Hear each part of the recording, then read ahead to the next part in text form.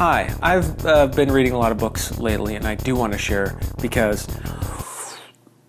it's been a lot. It's been a lot. I will say I'm entering a kind of reading renaissance, personally, not like that we aren't in a reading renaissance. First off, reading ebooks through the library is perfect because you have this limited amount of time to read it. You have like 21 days for each book. I see all these books I like and I download like 20. If someone else is waiting and they have a hold on the book, it'll say like one person is waiting or two people are waiting or three people are waiting for this book. And then that's what kicks me in the ass because I'm thinking, if I'm not reading this book, it's just sitting here when other people want to be reading. They're waiting on me and then the pressure's cooking. And I'm like, oh, I need to read this before these people get mad at me. So the first book I want to mention today is a masterpiece, definitely one of the best books I've read in several years. One of my new favorites, although it has like ruined my life. It is depressing.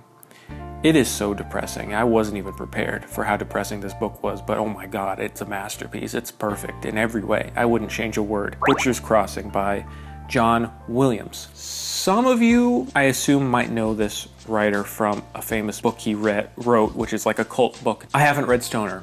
I read Butcher's Crossing because I like Westerns. The whole book is about this massive critique of Emersonian 19th century transcendentalism. The main character is this young guy who thinks that he can go travel west, believes that if he join nature, he can transcend being human and just become part of this bigger world, whatever. I mean, he ends up forming a buffalo hunting party because he believes that will truly bring him into nature. There are twists and turns in ways that aren't like character twists or whatever. It's just like you don't know what the fuck nature is gonna do. You read this book and you are beaten down and this character gets beaten down slowly. It's not sudden. It's not just like suddenly like, oh wow, nature is bullshit and there is no God. I think about the movie Grizzly Man, which is a documentary about the guy who, you know, wanted to live with bears and lived with bears and thought he was so connected to nature. There's this emphasis on the massive indifference of the universe, and it is terrifying and sad. This character who believes that there's this magnificence to have in nature, which there's a ton of beauty, but there's just as equally as much violence and chaos and disorder and misery. And it's also a critique of American exceptionalism, westward expansion. You don't really know where the story is going for a while. It's not trying to force any perspective. It's just saying like, observe what happens. You know, here's a character who thinks that they know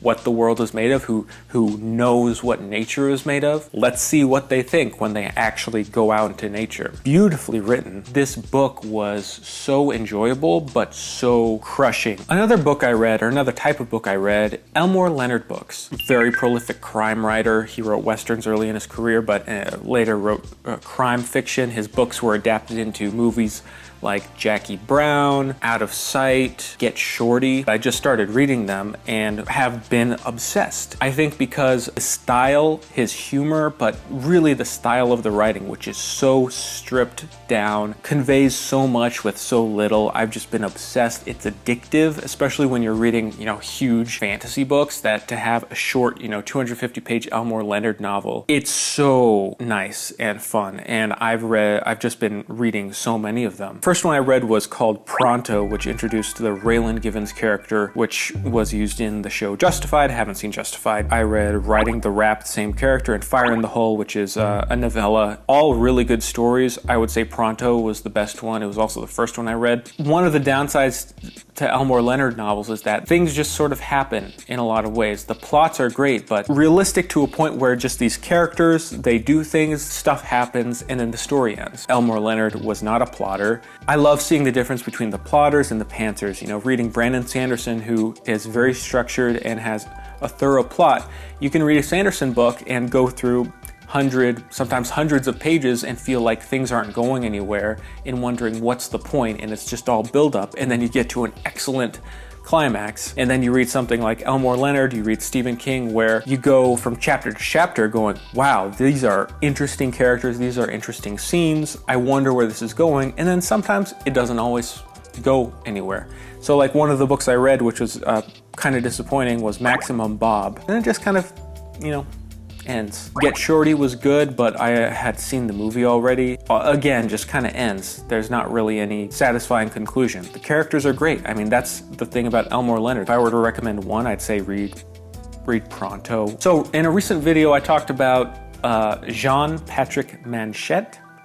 I believe that's how it's pronounced. French crime writer, wrote primarily in the 70s and 80s. Tough, gritty, short crime books that are sometimes really funny. I read Fatale, was really short, almost novella length. It was like 100 pages. I was pretty disappointed. It was basically just about this femme fatale character, and she seems pretty amoral for most of the book until she has a change of heart. It got pretty goofy, and that's my problem, is that I should have gone in expecting a comedy because it was just so over the top, like unrealistic. Characters were just like really two-dimensional. By the end, it literally turns into like a slasher film, killing all these guys just like single-handedly. Like, not enough was built up to make it feel real in any way. Didn't enjoy it that much, but it was short, so you know. But the real Manchette title I loved, The Mad and the Bad. I don't know what its title is in French. What a weird, chaotic, insane book this is. Really, the title, The Mad and the Bad, is perfect. I can't even get into the plot. It's so insane. It starts off with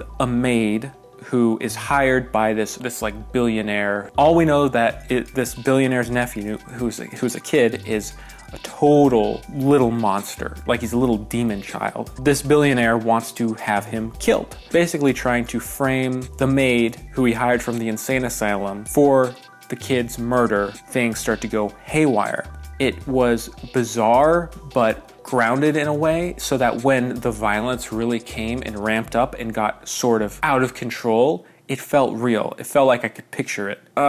Man, I want to read it again because it was so fun. Dark humor, just pitch black humor, amazing set pieces. Check it out, it's so good. And then real quick, I just want to mention that I read a nonfiction book, The Assassination of Julius Caesar by Michael Parenti. Like a people's history of ancient Rome, basically analyzes how Caesar's popular reforms were extremely unpopular to the aristocrats in Rome, like Cicero, and I learned so much because I don't know a ton about ancient Rome. So much of what we know about ancient Rome, and really about all of history, is written by the wealthy. Our understanding of Julius Caesar is going to be warped and understood, and of any kind of popular reformer or any kind of popular figure. It's definitely worth looking into, especially if you're interested in ancient Rome. So yeah, there you go. I did good. I did good this last month. I've been reading more than usual, hoping to start Malazan or The Wheel of Time. I don't know. I have to see. I don't know if I should start Malazan or The Wheel of Time first. Anyways, thank you for watching. That's all I have to say. Have a great,